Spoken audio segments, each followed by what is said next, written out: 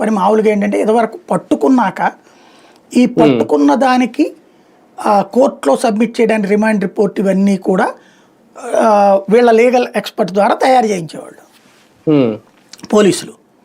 ఇప్పుడు ముందుగా screen play తయారు చేసుకుని దానికి అనుగుణంగా కేసు కడుతున్నారు. కాబట్టి అంత తొందర వీళ్ళ దగ్గర అంత లీగల్ దమ్ము లేదు. వైసీపీ ఇప్పటికి కూడా సుప్రీంకోర్టులో ప్రముఖ లాయర్లు టాప్ 10 ఎవరైతే ఉన్నారో వాళ్ళందరూ గతంలో ఉన్నప్పుడు తెలుగుదేశం వాళ్ళతో కాంటాక్ట్ చేసుకుని వాళ్ళని వినియోగించుకుంది. తెలుగుదేశం డబ్బులు ఇచ్చి ఒక్కొక్కళ్ళ ₹1,00,00,000 ఉంటుంది పర్ డే. 50 లక్షలు తక్కువ ఉండవు చాలా మందికి. అయినా వాళ్ళని మెయింటైన్ చేసింది. అధికారంలోకి వచ్చాక ఇప్పుడు ప్రభుత్వ సొమ్ముతో మెయింటైన్ చేస్తుంది.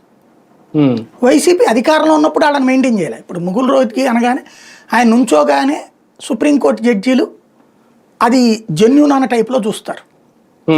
ఆయన కోరిన దాని వైపుకే 70% మొగ్గు చూపుతారు. రేరెస్ట్ ఆఫ్ రేర్ సిచ్యుయేషన్లో తప్పించి ముకుల్ రోహిత్గీలు తర్వాత ఇంకా కొంతమంది ఉన్నారు రాజ్యాంగ నిపుణులు.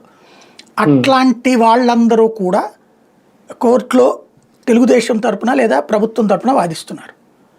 వైసీపీకి ఈయన పేరేంటి ఇప్పుడు నిరంజన్ రెడ్డి, శ్రీరాము,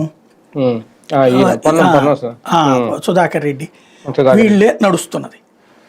ఇది ఉన్నంత వరకు కూడా వీళ్ళని వాళ్ళు ఒక నెగిటివ్